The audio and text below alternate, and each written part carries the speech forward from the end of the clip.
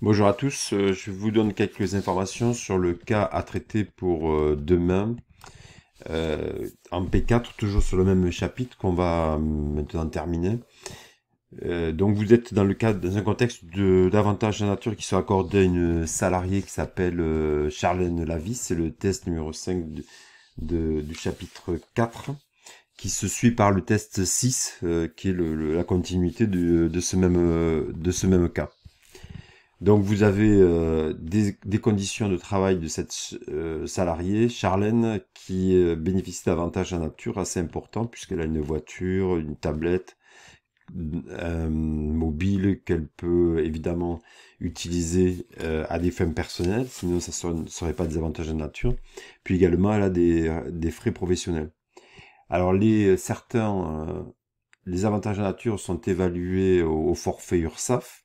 Et évidemment, on vous a fourni un petit peu en dessous, page 89, la documentation à utiliser. Donc n'utilisez pas la documentation que je vous avais déjà fournie, mais celle qui est fournie, qui est donnée dans ce cas. Donc dans un premier temps, vous évaluez l'avantage en nature des trois éléments, voiture, tablette, téléphone, abonnement, pour en faire un montant unique d'avantages en nature. Donc là, vous présentez comme vous le souhaitez, sous forme de tableau, c'est toujours bien. Ensuite, à partir du moment où vous avez déterminé ces avantages en nature, eh bien, vous calculez le salaire brut et le salaire net de cette salariée, présenté correctement, hein, comme on le fait d'habitude. Dans le corrigé que je vais vous projeter, là, je n'aurai pas toutes les colonnes habituelles, mais une colonne éléments, une colonne pour les bases, une colonne pour les taux, et après, majoration et minoration seront notées dans une seule colonne. Donc vous faites salaire de base, et puis après, c'est vous qui devez construire entièrement le petit bulletin jusqu'au salaire net à payer, en sachant que le taux moyen de cotisation sociale salariale est de 23%.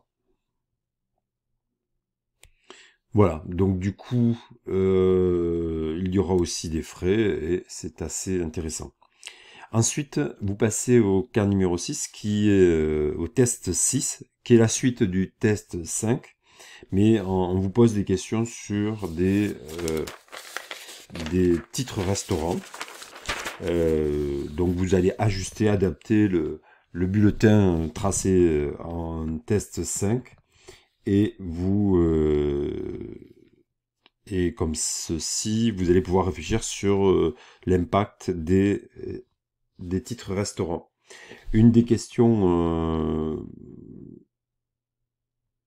la question numéro 4, si elle prend en charge, si sa prise en charge était de 70%, je vous encourage voilà, vous pouvez la traiter uniquement sur l'aspect littéraire, expliquer qu'est-ce qui se passerait. Vous n'êtes pas obligé de rentrer dans les calculs, même si éventuellement je peux vous les présenter à la correction. Voilà, donc on a des dépassements de limites, mais je ne vais pas trop rentrer dans le détail. Voilà, donc bon travail pour demain. Donc test 5 et test 6, page 90. Et je vous donne l'heure de correction. Merci.